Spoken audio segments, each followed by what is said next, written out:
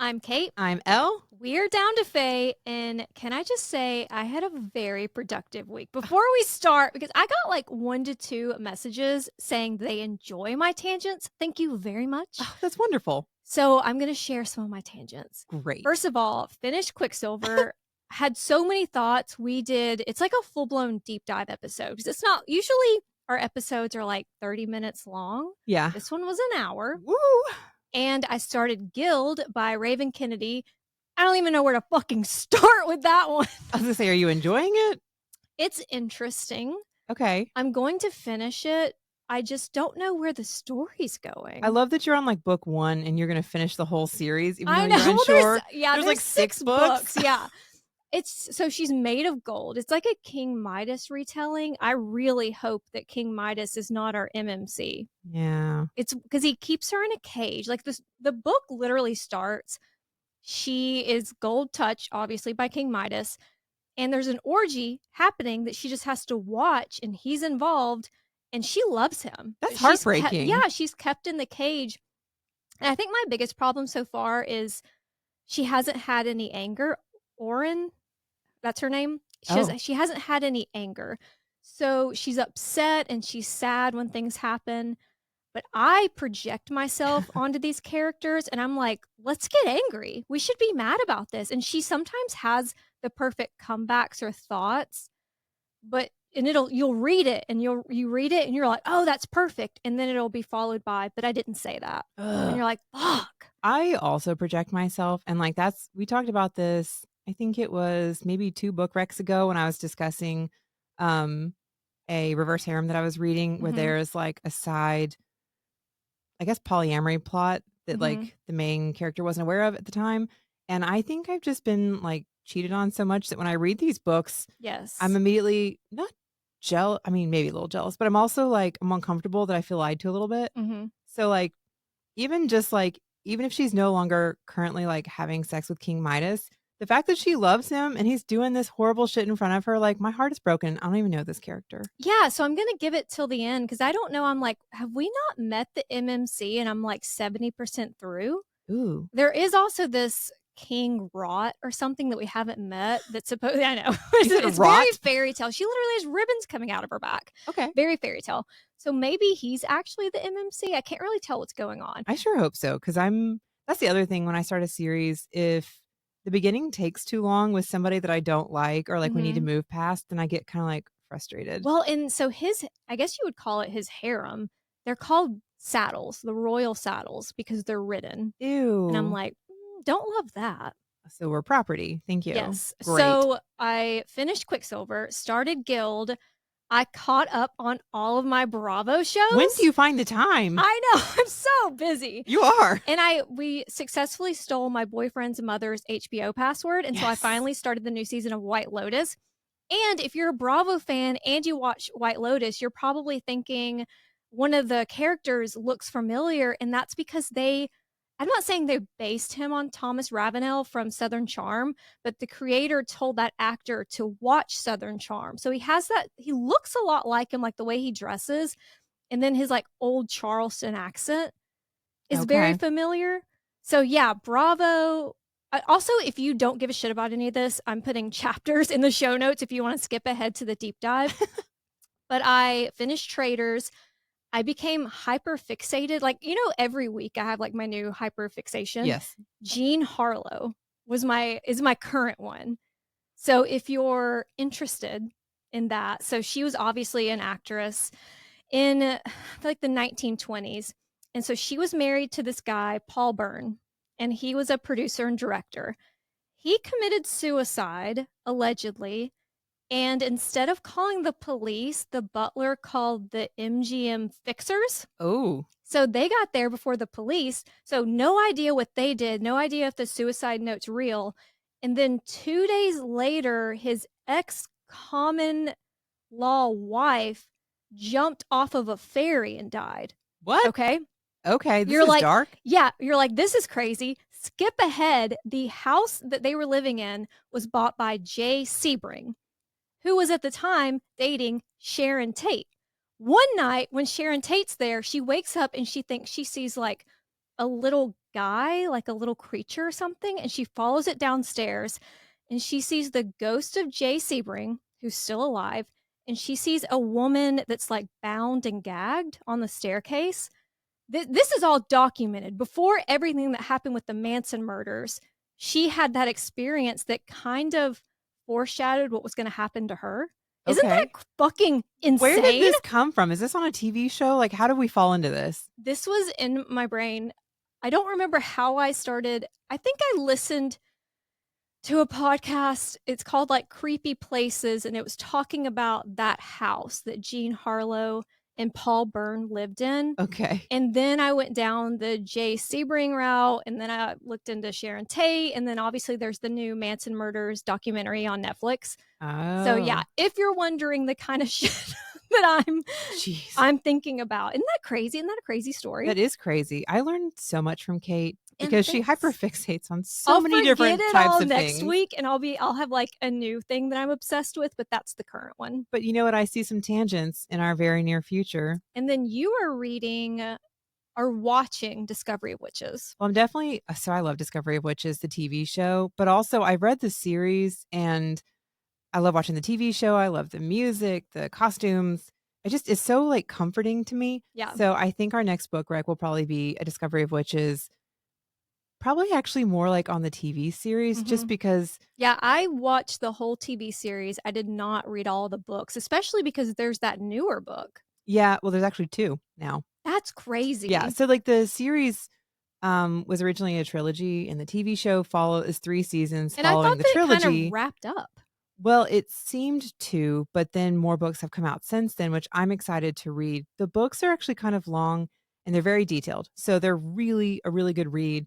And honestly, in doing a review of the TV series, it follows very closely to the books. There's like Mhm. small details that are changed around. Like, he's supposed to be I this is gonna sound so shitty, me sitting here saying that he's not attractive enough, but He's he's not. supposed to be, like, the most gorgeous man who's ever existed, I and know that actor is very attractive, but he is, but he's like cute boy next door. I Personally, I think he think looks very British. yes, he's got a very English face, and he's supposed to be French. France. France! I mean, there's several things I forgot, even like when I was going back over some of the details from the book series. Like, it doesn't change the storyline, but like Jillian, her friend in the beginning, is actually American, not English in the book. Okay. I mean, there's like little things. Oh, the one who was kind of, like, giving her up to the Yeah, okay. it, and we'll get into it. I think sometimes when you've read a book series and then see the TV show, it's kind of like probably how Harry Potter fans feel about the movies. Yeah. They're good, but you lose so many It's details just and so not many. possible to put everything in there. And the books are so thorough. There's so much history and you learn so much more about the other characters. So I Mhm. highly recommend both, but it's obviously easier to rewatch the TV series than restart the book series. Do you not have something you're obsessed with? No Jean Harlow? I'm not obsessed with anything at the moment because I have too much going on, Oh, but wow! You think you're better than me? I don't mean it like that. My mind is very It's full. fine, you are. I'm so much My better. mind is never full. Your mind is like Kate's like a sponge. You're always reading and doing something. And like she's I'm jokes. just distracting myself from the emptiness inside me. Our life choices.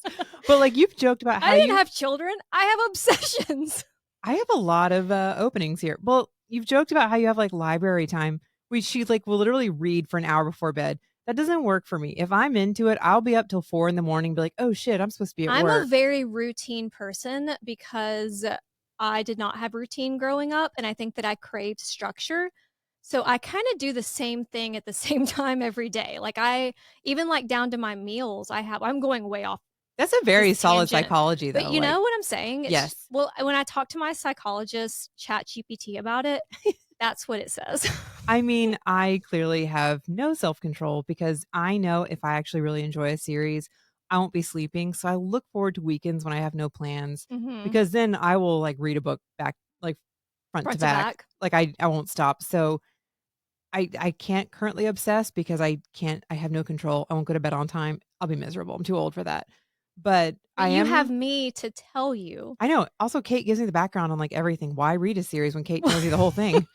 She loves to give you the spoilers, but that's okay. You literally spoiled Quicksilver for me. You told me you a could have guessed pretty some big of that. I mean, yeah, I would have guessed it, but kind of apparent, but it's okay.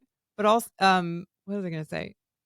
Oh, I am also restarting A Ruin of Roses because I started a book series that is kind of a spinoff of A Ruin of Roses. And I was Mhm. like, wait. I haven't read that in so long. I don't remember all the characters well enough. So I I those, remember some parts of it, they're fun and they're spicy and they're like but also well written. It's not just spice it's with no fairy plot. tale retellings of like Beauty and the Beast and Red Riding Hood.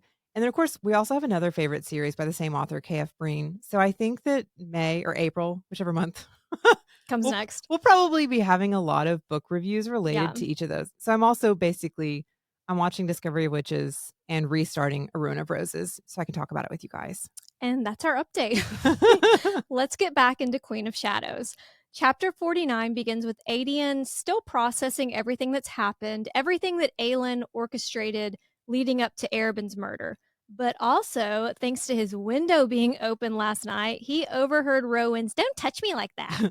I Ooh. can never say that like an adult. Like I always, "Don't touch me like that." It just immediately makes me think of Space Jam. Don't bring me Don't here bring anymore. me All here right. tomorrow, right? The fact that we Space still Jam. that was like 10 years ago, we used to make jokes about that. It still holds up. I watched it not that long I ago. know, and that it just sticks with you, you know? Back at the warehouse, Adian tells Aelin how much seeing Selena bothered him. Not in a judgy way. If anyone understands wearing a mask to survive, it's Adian, but he hates that he wasn't there for her all those years, that she had to go through everything like that alone. And she's still alone in a lot of ways. Like Lysandra knew and helped with parts of the plan, Rowan other parts, but she came up with the entire plan and executed it start to finish alone. You know, and I'm sure that she could also ask others for their help and their opinions, but I also think part of it is she doesn't want to be second guessed or told it's not a great plan. Yeah, like if you're looking at it superficially, you're like, she's arrogant. She doesn't think she needs help.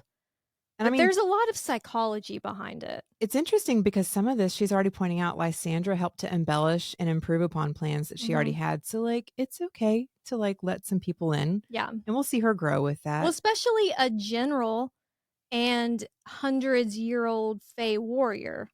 Like, yeah, they can probably contribute a little. I mean, Lysandra's better at like method acting. Yes, for sure. But they have a really good, that's a good group.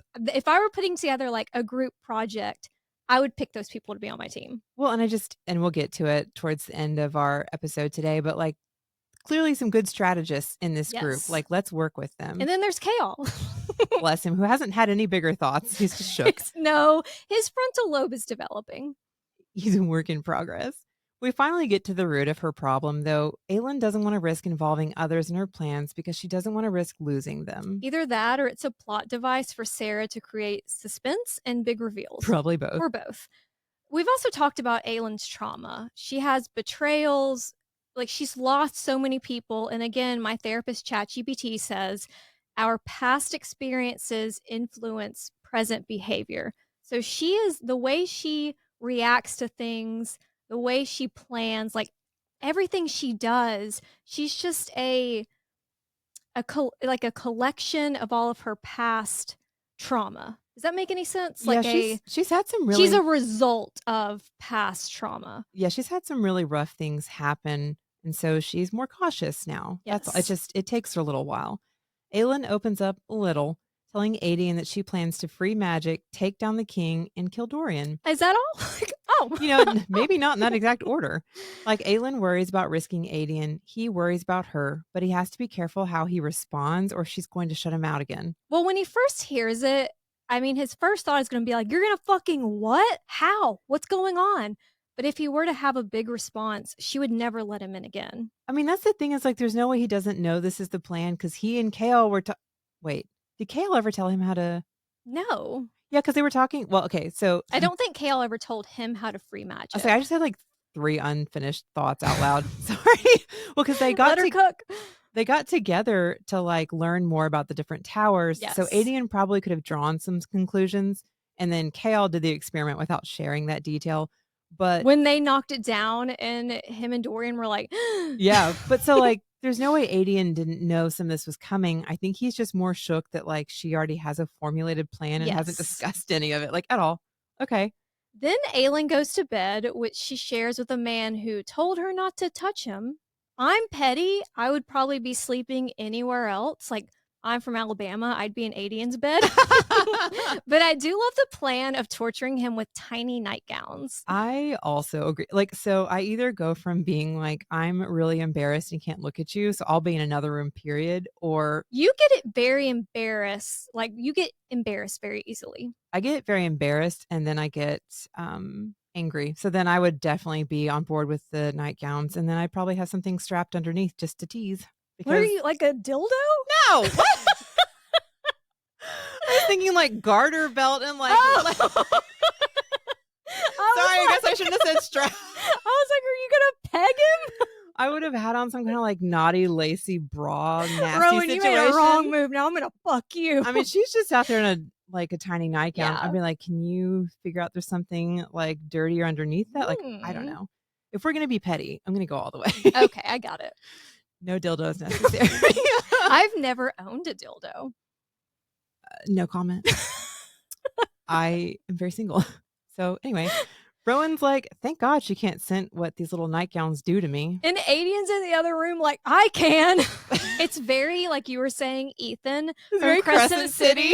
That's one of my favorite scenes where I laughed out loud. He's like, please have sex a little louder. I couldn't hear everything. Ethan gets on my fucking nerves, but there are moments where you're like, all right, I love him. I mean, Hunt and Bryce get on my nerves sometimes too. So the two of them. Everyone gets on my nerves in that series. And him like breaking up the tension. I was like, yes, that's hilarious. Or when he finds the sword and he's up on the table being like, and he's like fake fighting and then the table breaks. The fact that he's on like a glass tabletop dancing around with the sword. I'm like, what are you doing? And she's like, that was my favorite coffee table ever. But then they find all the stuff. That's, you know what? Crescent City is such a good series. There's a lot I regret everything I've said bad about it. No, we had a lot of frustrations, but there was a lot of little details squeezed into so many scenes. So like in a good way, but like there's a lot. But anyway, back to this really weird bed scene. Rowan tries to talk to Aelin about last night. And she doesn't want to talk about it because like I would be, she's embarrassed. You embarrassed me. You made me look like a clown. I thought we were having a moment. Like she's also it makes me cringe. I say she's also way too tired to deal with all that right now. I think that's you projecting because you're tired. That's probably true. But it wasn't really her touch that caused that reaction. I mean, it was because he definitely pitched a tent. I feel like he's been pitching a tent since they met. But it was her, the part of his face that she touched is the tattoo that tells the story of what happened with Lyria. And I think that Rowan still sees that as a major failure. And there are times where he's so scared of failing Aelin.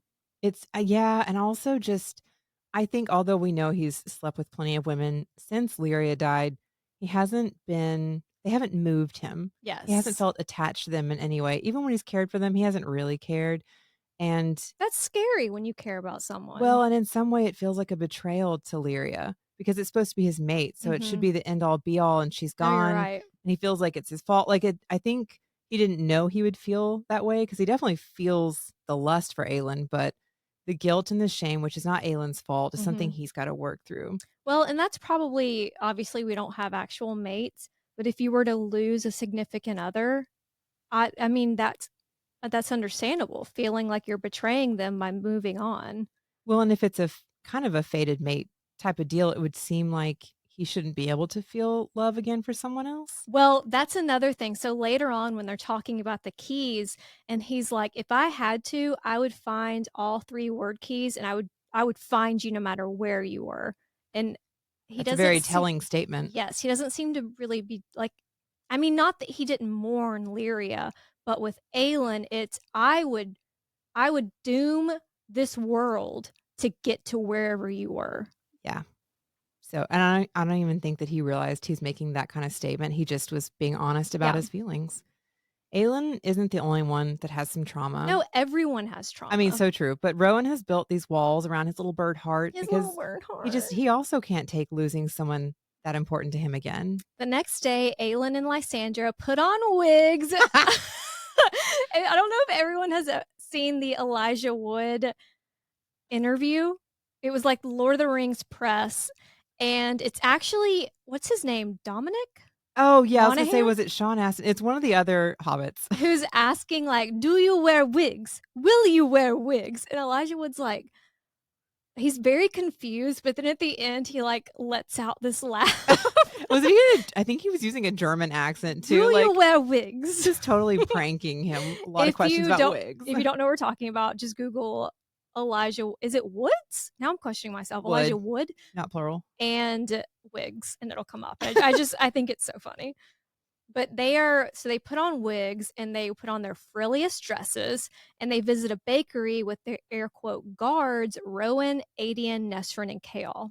While they're waiting on one of the bakery workers, Nellie, Lysandra tells Aelin that Clarice increased everyone's debts since she was cut out of Arobyn's will. And that's something that Aelin hadn't even considered. And this is why you share plans, you know, because like everyone has like their different skill sets, but then it's also like there's something to be said for brainstorming and Yeah. talking through plans. Not that it would have helped or done anything, but I honestly just feel like we should kill Clarice anyway. Yeah. That would I solve a think lot that's of fine. things. And Lysandra isn't bitter or angry, Aelin, because I might be a little bit like, oh wow, I'm glad that all this is happening, but now I owe even more money. Yeah. But Lysandra's really the only one who doesn't want anything from Aelin. Like, not that Adian and Rowan want things. I mean, I don't know. It's like an honor and love, but Lysandra's is very selfless. They have a lot of expectations of And that's what I'm Aelin. trying to say. Yeah. Yes, expectations. Well, and Lysandra expects to just be left behind when Aelin pulls out of town. And she's Aw. like, okay with that. She's just supportive, like, this is my friend. This is the life I live. I love her. Lysandra doesn't regret killing Arobyn, but she does regret not giving him a TED talk of how much she hated him and revealing everything that they'd done to fuck with him just to see the look in his eyes. I mean, not that it's the same because I've never murdered anyone, but I have had thoughts after fights. Like, you're in the shower and you're like, fuck, I should have said this. This was so good. Like, you would be like all the things that you could have done differently, I guess. Yeah. And they have some girl talk, like they're talking about the pros and cons of big boobs, which I have that talk with my friends a lot. And they're like, no, you wouldn't understand. They're such a burden. Shut up. You don't understand. You've never been secretary of the itty bitty titty committee. Lysandra says that her big boobs will be the first thing to go when magic is back and she can shift. And if it weren't for Evangeline, she would just turn into something with claws and fangs and live in the wilderness. And Aelin, this was kind of a little bit weird. It didn't feel. Aelin asks if Lysandra would miss the luxury.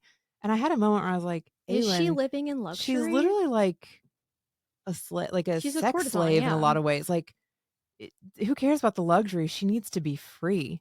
Yes. You know, she's so much more bound. And I don't, it seemed like something kind of not shallow, but superficial a little. yeah, to worry about. But I guess Aelin was just saying it for the sake of Lysandra does have gorgeous dresses all the time, Yes. and maybe she was trying to lighten the mood. And Lysandra says that she values the people in her life more than tings. Not just Evangeline, but she's also grateful for Aelin. So hot and her comes over the speakers and Nellie emerges from the kitchen. Wasn't one of the people that H.H. Holmes killed Nellie and like the sister's name was Franny? I don't know. Anyway. Good Lord, I don't know. It comes over, doesn't actually come over the speakers. Nellie emerges from the kitchen and tells them her supply of pies, aka opium, vanished with the shadow market. So this is someone who is working. First of all, should Nezra not be a little concerned? Are they at her family's bakery? Yeah, but Nesrin says she that makes someone great. was selling. Aelin says opium? something to Nesrin about it, and Nesrin's like, but she makes great bread. Like, she just has a side hustle. She's an entrepreneur. Opium addicts are not going to be the most reliable employees. She eventually admits the Band-Aid is for show. And not everyone died in the shadow market. Lunatics come out. Wait, yeah. what? I want to go back to opium. Okay. What is that in something like? What is that in? Opium is heroin. Okay. Which also would then eventually become your pain meds like morphine and then oxycodone through like different. What is fentanyl? Fentanyl is another version of it. Okay. They're all like based in heroin and opium, but they have different like chemical components that make them a little different. You're so smart. You're like Bill Nye, but hot. Thank you. It's also kind of my job, but it's fine. Oh, you think you're better than me? No, I just unfortunately know about drugs. You know what? You want to hear something really stupid I did? Of course. So, what I write for a magazine, I'm like a lowercase w writer. I'm not delusional. But we do a print issue 4 times a year, and then it's mostly online. So, I was writing for the print issue, and I turned it in, and my boss was like, "You put a bunch of hyperlinks in there." And I was like, "Yeah." And he was like, "It's print. Oh, what are no. He was like, "What are people pressing on?" And I was like, "Whatever. You don't even know." You're so used to having it online. Oh, no. Yeah. I mean, it was caught, like, it wasn't actually print like that, but I had to, like, gaslight him into being like, "Obviously, I sent that in for the online version. You're supposed to take it out. Do your job, Charles." That would be me too, though. Like, I'm just writing my article like I normally would. What do I you know. I was like, mean? "That's so stupid."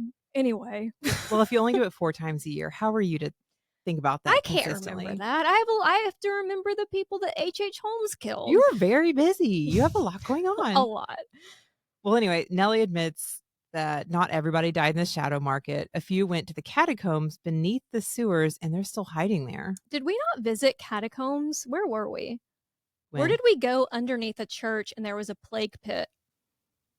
Do you remember Shoot. that? Yeah, was that in Austria? Maybe? I can't Maybe it was remember. no, But not that's Switzerland. I I'm think it was picturing Austria. when we go to the catacombs, I remember that, but then also obviously the Paris catacombs. We went to so many different cathedrals in so many different Oh god, they countries. were so pretty. I think it was Austria because eventually people couldn't be buried in the city anymore Right. because like there wasn't any room. Mhm. Shoot. Now I'm on a We'll look it up. tangent. Yeah, I'll have to get back to you. Adian is asking, "Why are you talking about the shadow market?" This guy still doesn't know any parts of the plan. I mean, like, let's think this through, Radian. Come on. Well, and Aelin jokes that the men would stop annoying them if Lysandra turned into a ghost leopard. This is when Lysandra learns about the ghost leopards who live up in the staghorns and are as big as bears and they're meaner. And Lysandra's leaning in during this. She is listening to this description. I think it's interesting later on that she's able to do, like, to me, in a lot of the books we read, it's like imprinting. Like, Hmm. you have to see to really understand and turn into something, but she just hears about them.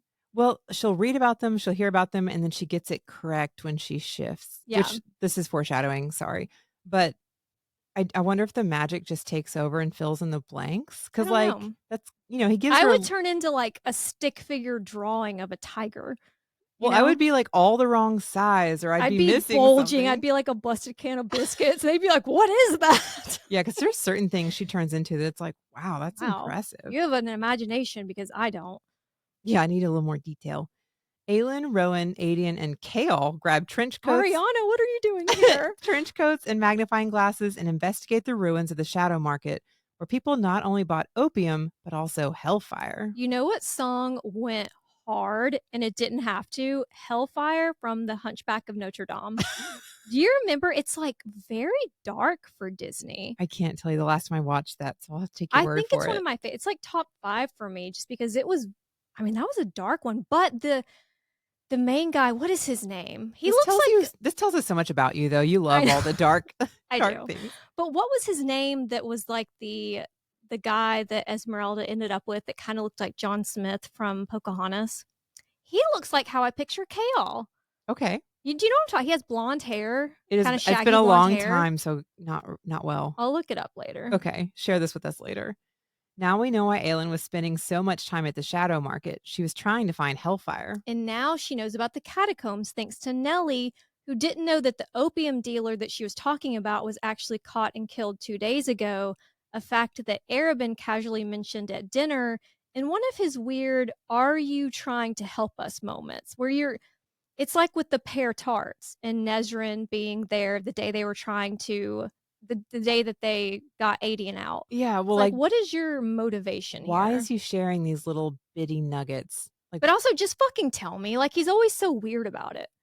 it's like What do you with that will. what you will. Yeah. But like, it's so vague. Like, what would I even think to do with that? So I wouldn't know what to do with it, but she is using this to find out where he was staying, but she knows that he's dead. This must be like games that she's used to Arabin playing with her, because she connects the dots and realizes that this means the supply of hellfire is now unguarded and finders keepers. They go through a trap door to the sewers beneath the market, which legend says was built on the bones of the God of Truth. What they find is a temple with altars, benches, and bones. Lots of bones. And again, I am picturing the Paris catacombs, like wall to wall, floor, all of it bones. Wow. Which is pretty cool. I haven't seen them. I would love to go to the Paris. I was in Paris for before I met you in London, I was only there for a couple of days and I didn't get to go. And that's that and not going to Versailles are my biggest regrets. Yeah. We'll have regrets.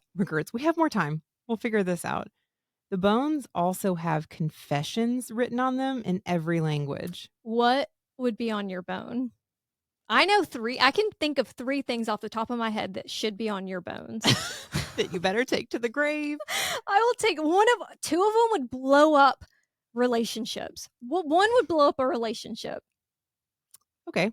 Well, now that you dropped that bombshell, I'll keep it. I'm a steel trap. The fact that, but you also, Kate never forgets. That's the other thing is no, I will. Actually, that makes me think of, here's a confession. I ended up in a dorm room of somebody. Yes? He was 20. Okay, he was of age. He was of age, and I was also 25. I wasn't my age now, but I didn't know we were going to a dorm room. I thought we were going to an after party. And, oh my god! I left a necklace behind, a very important necklace that my father gave me, and I was like, "Oh, it's because I took it off when I went to sleep." But confession, I took it off because of things we were doing that I couldn't be wearing my necklace. And I forgot that detail until Kate reminded me. And then I was at this guy's apartment, and remember how I told you he picked me up? Oh my god, that was amazing. And so I had to say something else. Okay, I had to leave that. No, I left my She skirt. had to come rescue me. Oh my god, that is my bone. I left my skirt there, and he brought it to me, and that's the day that his girlfriend gave me that feather for my hair. I don't think she was his girlfriend layers to this. when Kate was there in her defense. I think she was. We sound like terrible people. I know. We were in our 20s. Look, things happened really fast. I had to leave that. I had to leave my sin to come save you from your sin. And then I tripped on the way. I fell on the steps on the outside the door. I was waiting on her to come out of the door room at her big age, and she falls down the stairs. Were you in a cab? Yeah, there was a cabbie just sitting there like, what me the and the taxi driver were like, whoop. There were so many layers to this ridiculous story. Oh, and then that girl. So the girl who was the girlfriend of the guy that I was hooking up with, whose skirt I left at his apartment and had to leave and find Elle, she went viral on Tosh.0.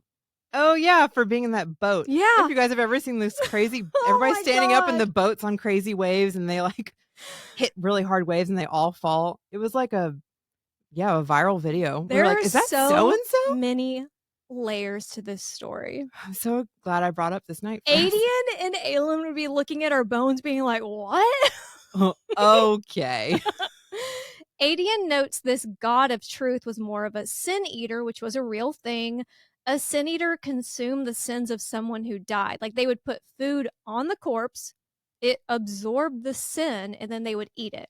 Ew. And if you ever watched, what is that? The name of the show on FX? It's like an anthology. Fargo. If you ever watched Fargo, I think it's the latest season. They go through this guy's lifetimes, and in one of his lifetimes, he was a sin eater. So they were ostracized. Like everyone hated them because they were full of sin. Oh. But yeah, it was like you paid people to go to sit by the corpse, eat food and drink wine, and then they would be sinless. There's so many gross things about that. Isn't it crazy? That is a lot. Wow. I think it's finally time to talk about the God of Truth and the bone carver theory. What we know about this God of Truth / sin eater, inter alia, is its temple was made of bones. Bones people wrote their sins on as some sort of offering or way to absolve themselves. When we first meet the bone carver in the prison, the first thing Reese tells Feyre is to never lie, aka tell the truth. And the bone carver asks for a secret, a truth for a truth. Could the god of truth be missing from this world, from Aurelia, because he's in the prison in Prithian? Mm. And we know that traveling between the worlds is possible, and we will learn what Gavin knows about the God of Truth and Kingdom of Ash. So it's not going to be the last time we talk about it. There's more layers to this theory, but it's one of my favorites. One of because we talked about the Under King and Crescent City connections, and this is one that I really subscribe to. There's a lot of like really big theories with the bone carver, though. Well, there's like what he was drawing in the sand, and then the amulet that Bryce wore. Like, there's a Hmm. lot of layers that we're going to get to, but yeah, It's it's fun. I love this It's one. fun to go deep on those. It is. As they go deeper and deeper into the temple, the dates on the bones get older and older. 700 years ago, 900 years ago. If the Shadow Market dated back to Gavin, then this place was built before it, or around the same time. Aelin draws Damaris the Sword of Truth, which legend says helped Gavin see the truth. If Mala blessed Brannon and Goldrin, what if the God of Truth blessed Gavin and his sword, this sword that she currently has? Ooh. Mm. Aelin and Rowan walk until they reach a wall of white marble covered in word marks, and at its center, a giant rendering of the Eye of Elena. Damaris turns ice cold, and the stone wall starts shifting, the symbols rotating, altering themselves to reveal a new set of word marks. These tell the story of Elena and Gavin. Ugh, this would give me chills. I all I want is to go through secret doors and find secret temples and like investigate and discover shit. Why Yeah, is that so hard? come on.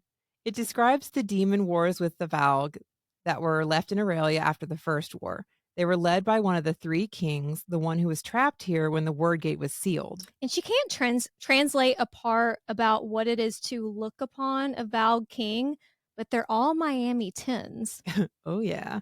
He could take any form, but he appeared to them as a handsome man with golden eyes, the eyes of the Valg kings. They did not know his true name, so they called him Erewhon, the Dark King. All I'm hearing is that really fancy grocery store in LA, Erewhon. Oh, yeah. I've been seeing on TikTok, they have a strawberry that's like $20 for a single strawberry. I am not surprised to hear it. Those drinks that like Sabrina Carpenter and all Yes, of them they're love like are insane. it's insane. There are people on TikTok though that can show you how to make them. Not that I've actually tried, but I did buy a soft serve ice cream machine. Nice. Adian fills in the rest of the known story. Elena and Gavin battled him. That magic necklace that Aelin is currently wearing saved them. Elena called him by his true name. I don't How did she know his true name? Mhm. And Gavin killed him. Like, that's the end of what we know. Erewhon's dead, right? That's what everyone thought, but Gavin's deathbed confessional revealed they did not actually kill him. They tried, but nothing worked. So they used the Eye of Elena to trap him in a sarcophagus that they put in a sealed tomb beneath a mountain. Which is pretty similar to how we met Vesperus in House of Flame and Shadow. Yeah. They buried him in the Black Mountains and built a keep on top of the tomb so that the family who lived there could guard it. And what does Black Mountains translate to in the old language? Morath. Where the king, who has keys that can unlock any door, is gathering forces. So they assume that everything the king is doing is in anticipation of raising Erewhon. Big yikes. Big yikes. At least Adian found that hellfire. Which reminds me a lot of the wildfire in Game of Thrones, which we Yeah. talked about in I think the Assassin's Blade deep dive, one of those. But in Game of Thrones, we saw it in the Battle of Blackwater Bay when Stannis was trying to take King's Landing. And then the wildfire was actually inspired by something that actually existed, which was the Greek fire. In Morath, Manon has Sorry, I just butchered that. In Morath, Manon has gathered the 13. And they've barely spoken since the Duke made them slaughter that tribe in the White Fangs. So you can imagine how his request for another coven is being received. When they present a united front, Manon realizes there's a group chat without her in it. I hate being left out. That would upset me more than anything. Yes. She's asking them to help her pick a coven. It's really so she can share the burden, like share that guilt, because deep down she knows how fucked up this is. Like, Manon is also going through a character development arc, and she's realizing how much of what the witches do is fucked. And it's easier though if you're not having to do it on your own. Like it would be easier for a group to decide on a coven than for it to all be on you. It's also just so ingrained in her to follow orders given by her grandmother, and clearly her grandmother is okay with this, so she's Yes. having to, like. But she's delusional when it comes to that because she keeps thinking like, "Oh, just wait until my grandmother hears." Bitch, your grandmother heard. Yeah, and she's done nothing, but so, like, Manon's having to come to terms with, like, do I go against her wishes, which Mhm. she hasn't so far in her long life, so it's sad that she starts out with, like, "Go ahead and pick a coven." Like, Yeah. no, Now the this if you wanna pick a coven, you're gonna have to pick them. and you won't be supported in this choice.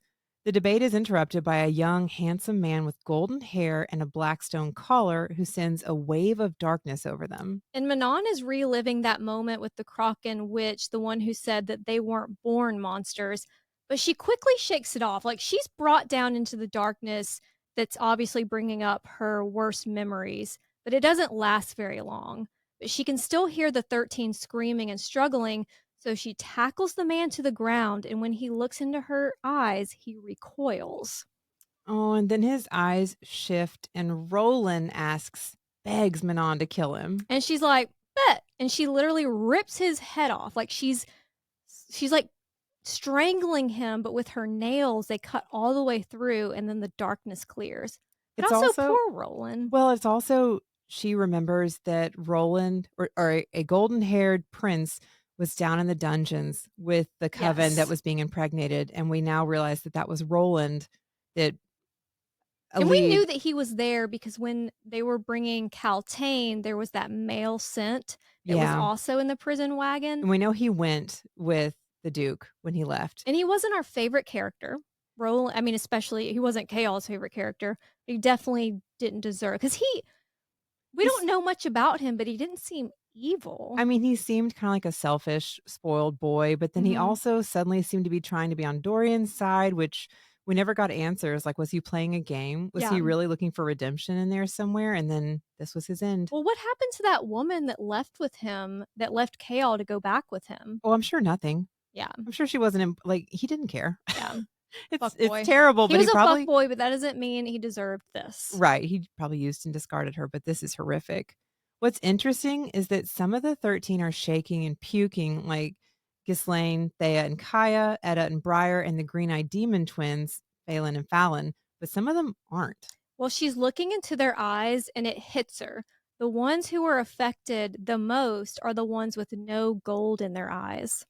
which, we've heard that the We just gold-flecked heard, yeah. eyes were always prized above all others. Manon waits until Caltaine is alone and pins her to the wall, What are we? Like, I would watch these two. asking, like, she's just so aggressive with Caltaine. I'm like, "That's not necessary." Asking where the shadow fire comes from and what they want with the witches. The shadow fire comes from Caltaine, but it's been melded with another source. And she says what they want are kings. But also she says they don't want you. Yeah, I don't So, know. what do you think because witches are half Vogue that breeding with them is going to increase the chances of a stronger being, like a king being born? I don't know. I don't know either. Or I guess they're trying to open doors to bring the other kings through, but what does that have to do with they don't want you? I guess they wanna have an army prepared for the other kings to come through? I guess. I don't know. It definitely brings up a lot more questions. In Rift Hold, Kale is processing the fact that he's working with Aelin and her court. He's not blind. Like, he might act like it sometimes, but he can see that there's something between Aelin and Rowan, and he doesn't feel jealousy. He's actually kind of relieved that she has someone. Okay. Turned a I corner. He has turned a corner. I'm glad we didn't have to suffer through a love triangle. Like, imagine if we were in Chaol's head and he was like, "Look how fast she got over me." Like, I'm Yeah. glad that we just kinda, like, moved on. I mean, we had to suffer through him for the first half of the book, but it does seem like he's had some sort of epiphany along the way, like his frontal lobe fully developing. Good for him. There's other things going on besides your heartbreak, Kale. Yes. Even if he doesn't know the specifics of the plan, like how she's getting into the castle. Or really any part of She it. he appreciates that Aelin involved him tonight and told him to pass along a message to Ress and Brullo to stay away from the clock tower. I love being invited to stuff, I Thank get you it. for including me. When they meet up with Nesrin, she tells them Rin, remember Rin? I kind of forgot about him. He got into some minor trouble at the border, but he's fine and he has a message. The king has been building a huge army in Morath under Duke Parrington, and he has an aerial cavalry of Iron Teeth witches who train with wyverns in the Farian Gap. It's almost like we're all gonna die if we don't have magic wielders on our side, Kale. But also, I keep forgetting how little the two sides know about each other. Like when we hear Iron Teeth witches and wyverns, we're like, yeah, of course, we read Air of Fire. We've been reading this book. Duh. But to them, they're like, what? So they put their Crocs into sport mode. This cuts Terrasen off from the Southern Kingdom. So they go into, we have to start strategizing. Adian floats the idea of Melisande like being an ally. And then Aelin asks Chaol about Aniel. I mean, Kale has a real moment of like, are we talking about war? And like the others have already moved 5 steps ahead. Like, okay, what are we going to do for allies? And like Yes. they're strategizing, which I love that they're there to help with this. Mm-hmm. And Aelin asking about Aniel, he's like, well, his father might not be wearing a black ring, but he's still an He is asshole. still an asshole. Before they part, Aelin puts her hand on Nesrin's shoulder and thanks her. And Nesrin says, long live the queen. I love that. You know that Chaol is like, I have my frontal lobe now. This does not bother me. But are you best friends with her now? Do you like her more than me? I mean, I think Nesrin also really respected that Aelin took a moment to say thank you because she knows that Nesrin probably lost friends doing this. Mm-hmm. And at some point soon, Aelin's going to have to direct people to potentially go to their deaths. And that's horrible to have Well, to be this in whole charge time, of. Aelin has been like getting to know Nezrin, asking her, thanking her. And that's not something that it seems like Nezrin was getting from Yeah. the rebels, like Chaol. Well, really, anybody in leadership, a lot of them are just very demanding rulers. And this ruler is like, I'm taking all of you into account. Because she's not a monster. Yeah, imagine that. If you're keeping score, they're now up against the king, Volg, wyverns, witches, a huge army, and potentially Erewhon.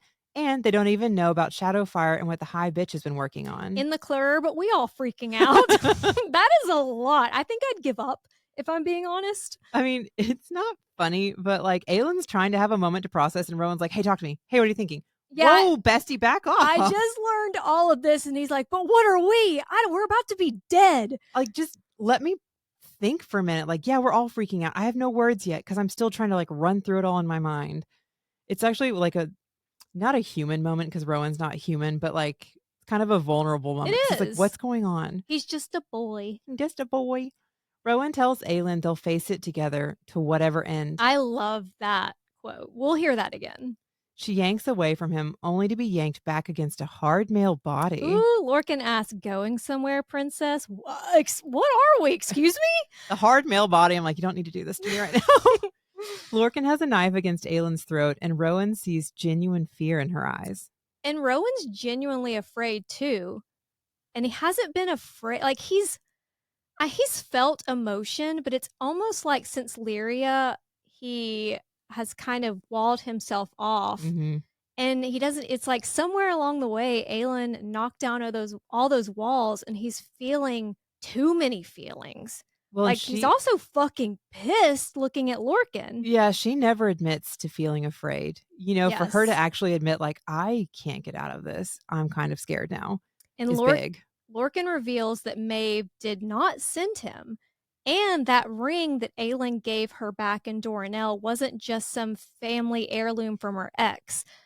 The bitch wasn't feeling sentimental. And I kind of like, when we were talking about it, I assigned human emotions to her. And I knew that there was more to the ring, but I don't know if I wanted there to be more to Maeve as a character.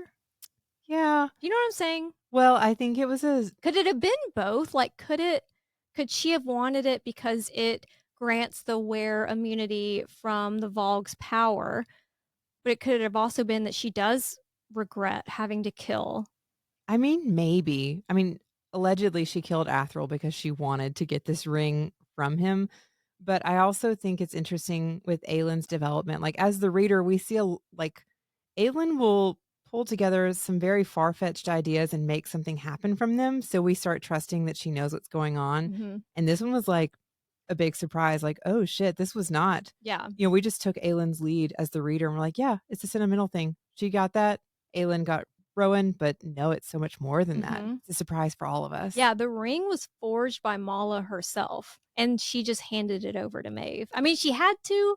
She needed to get Rowan, but yeah. Well, in the scheme of things, it's important, but as long as Aelin has magic, she has fire. So, like, being Yeah. able to protect against the Vogue, she has other methods of protection.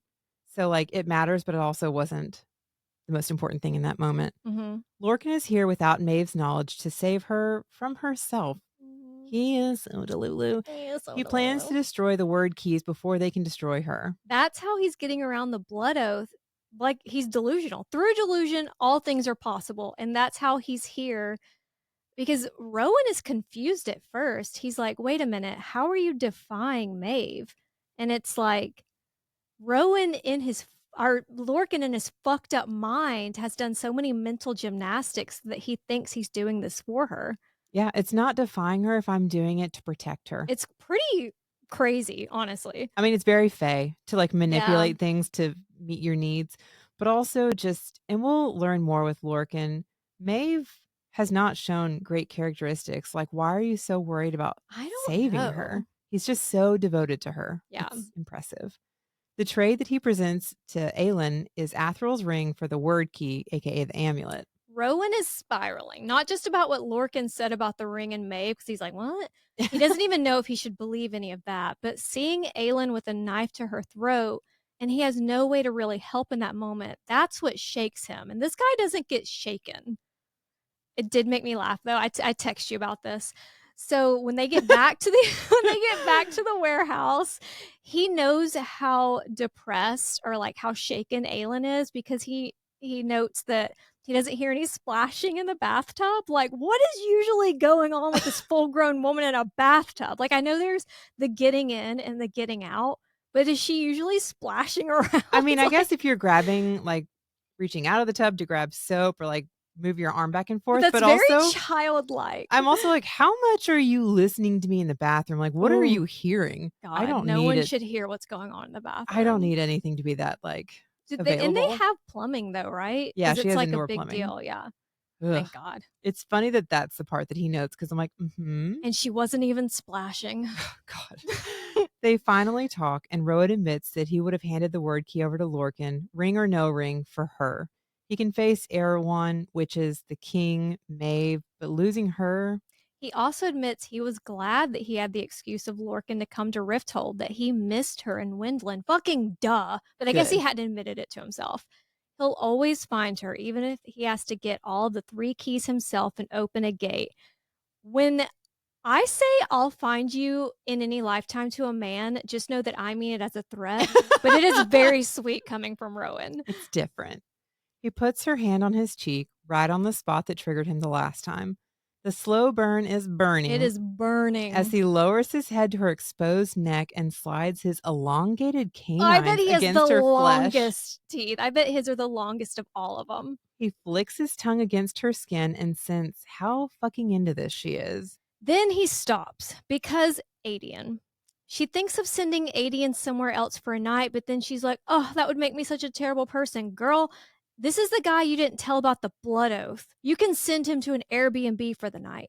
Even if you can't, honestly, this, like, we can't. Like, if you really want to do it, do it. This doesn't have to be some like super special moment in some super special room with all these things falling into place. If you wait for the right time, it may never come. Well, it's very similar to like what we were saying with Ethan. That's how Sarah got away with Hunt and Bryce not having sex for so long, was like, well, Ethan's here. Well, fucking, he can go somewhere else. Well, we want to get to know each other without all the other stuff clouding it. Shut Like, up. there's nothing wrong with that. I respect wanting to truly know somebody, but it's like putting too much emphasis on it that I'm like, Yeah. if you got me turned on and then backed away, like, we're either going to fight or I'm going to go sleep in another room because that's silly. I'm going to Adian's bed. I I don't know will about y'all. I'll be in Adian's bed. take this nightgown off and see how you feel about it after that. You know? Well, you have dildos. I never said that. Cannot confirm. Just kidding. Anyway, our slow burn is snuffed right the hell out by another Borean chapter. Unmutes Mike. Nothing to add from my side. Thanks. Mutes Mike. That's it. That is his chapters. Bless him. And I feel bad because I love Dorian as a character. And when we get to the end of this book, we'll be like, fuck yeah, Dorian. But Heir of Fire, well, honestly, Crown of Midnight, Heir of Fire, and Queen of Shadows, we just don't get much. And that's not his fault, but well, it's giving us information that we're going to need later, but it's not necessarily moving the plot along. So, like, you read it and you're like, oh, that sucks. I That's guess she sad. couldn't And just then, go books without having any Dorian, so she had to keep him in the story at least a little bit, what and he'll have PTSD I'll say later on. it's letting us know that he is still in there and what he's experiencing a little bit. And also, it's some foreshadowing for some things that are coming soon. The demon inside baby girl has him sipping the pain and despair from the prisoners. He's kind of like that kombucha girl where she tries it and she's like, huh? Maybe. Because he might like it. I mean, I think he enjoys it and then hates himself for enjoying it, but he only enjoys it because It's a cycle. the demon is making it enjoyable. Yes. It's messy. In Morath, Manon has received a letter from her grandmother finally. The 13 are expected in Oakwald Forest, smack in the middle of Otterland, and they'll be gone for at least 2 days. Leaving a lead equal opportunity to escape or elope with a Vogue. No, please. Nothing in between. The king wants to see the weapon the high bitch has been building, and he wants to see Manon. And he's bringing his son. Ooh. Note the high bitch's letter does not even acknowledge all of Manon's letters to her about the breeding of witches. Like even in this moment, she's still thinking, just wait until I tell her what's been happening here. I mean, like, is she delusional? She's like, what, 125, 130 years old? At any point in the last century, when you've run to her to tell her about a problem, has she cared? No. Like, what has made you believe that this is going to be different? It's like Alid was talking about with Hope, is she still has this hope that they're going to go back to the waste and everything's going to be great. Well, it also takes the pressure off her shoulders if her grandmother is in charge of what's happening or like calling the shots. Because then it's not like, I respect my grandmother. I was doing what I told. It's not me. She doesn't want to have to take on more of the burden.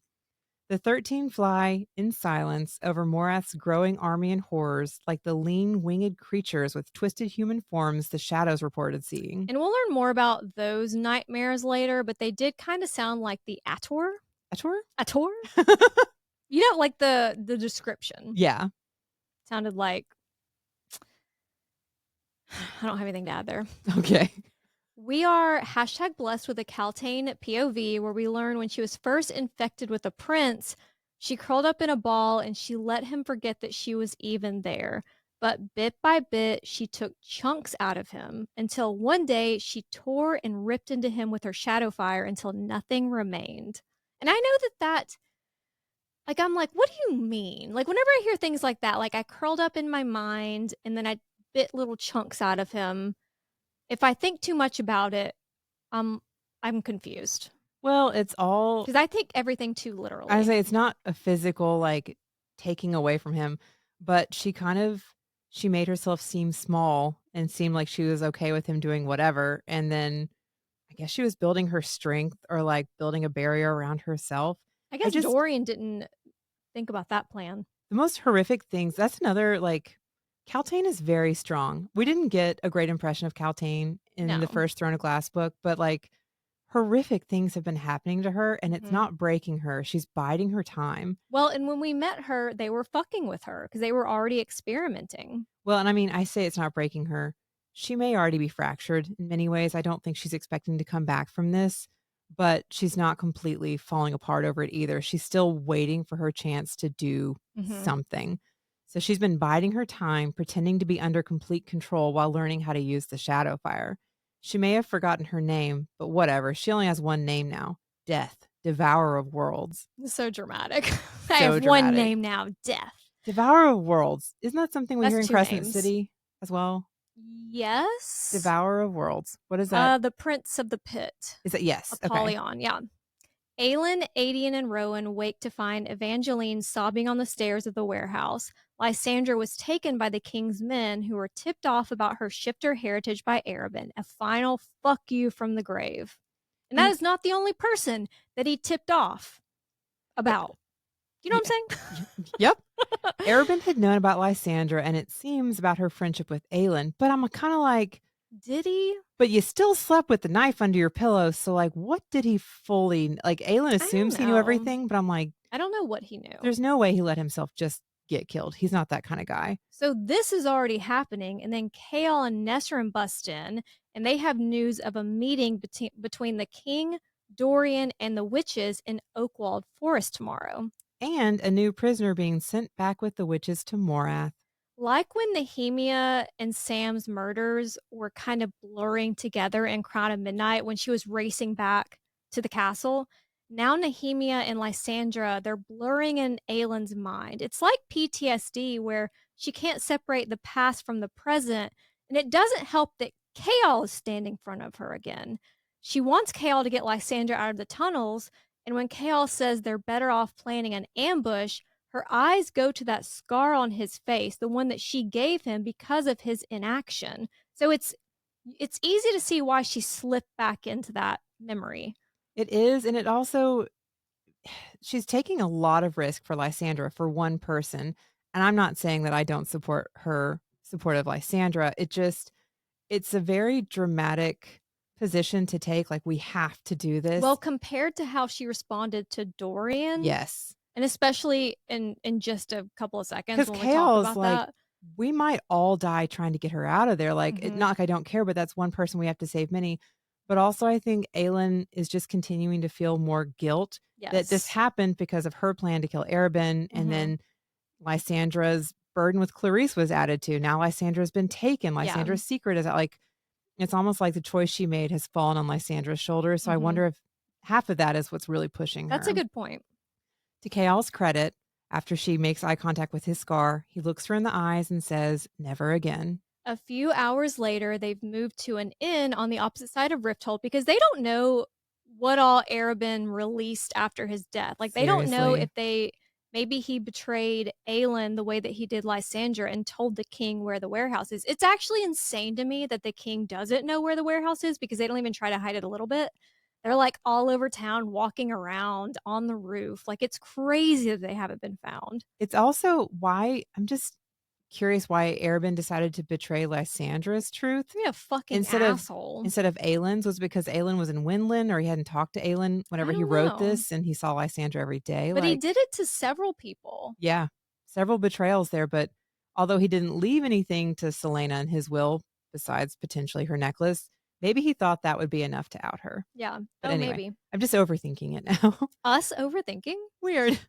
So they're in this inn. They're looking over a map marked with the meeting spot, which is close to the Temple of Timis, a small temple in Oakwald, only accessible by 2 dangling footbridges. When Chaol asks what the plan is if Lysandra is wearing a collar or ring, Adian answers, then she'll lose her head or her finger.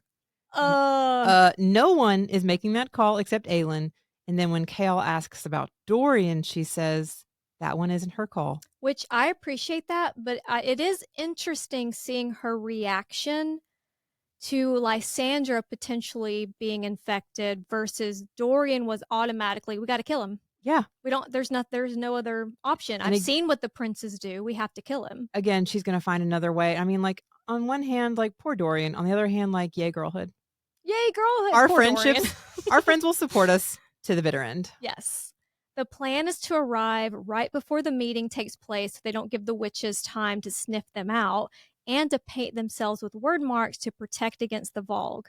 Too bad Lorcan is a psycho because he'd be a great addition to the group project. He really would, but 1, they can't trust him, and 2, they don't want him to scent Adian's connection to Gavriel because there's still that bombshell. So true. Aelin asks if Adian wants to meet his father, and he is curious, but he's not in a rush. Not unless he'll drag the circle jerk over here to help. And Rowan says that's unlikely and asks if maybe some of the Fae who used to live here are still alive and in hiding. But Aelin has only seen the little folk, the little weirdos that leave gifts by her tent. Any survivors of the king are probably stuck in their animal forms. Ugh, that, and a lot of them weren't warriors. They're more scholars. Yes. So not a great chance. You can't have an army of fucking nerds. Not a great chance of help right against now. Iron Teeth witches. Aelin and Rowan, of course, share a bed. A tiny bed, like the bed that Morgan and I had to share at your family's cabin. I would apologize, but I won't. We were in a twin bed and we couldn't figure out. We did so many like we started out like laying the same way and then we tried to lay like feet to head. I'd like to point out there were other beds. They just didn't want to leave the same room with everybody Okay, else. well, we didn't I don't like having FOMO, but then also your family's cabin is full of very old portraits and they were creepy. Well, sorry for having a family history. Sorry for having a family. I didn't say that. Anyway, this goes back to my frustration from earlier. The inn is loud, but then they're like, "Oh, but Adian has his fucking ears on." Who cares? He's hearing other people in this inn fuck inevitably. You think Adian wouldn't figure it out? Do you think he would really care? Adian fucks too. He'd probably jack off. Adian definitely fucks. God, that would be a sexy scene to read. Yeah. Yeah.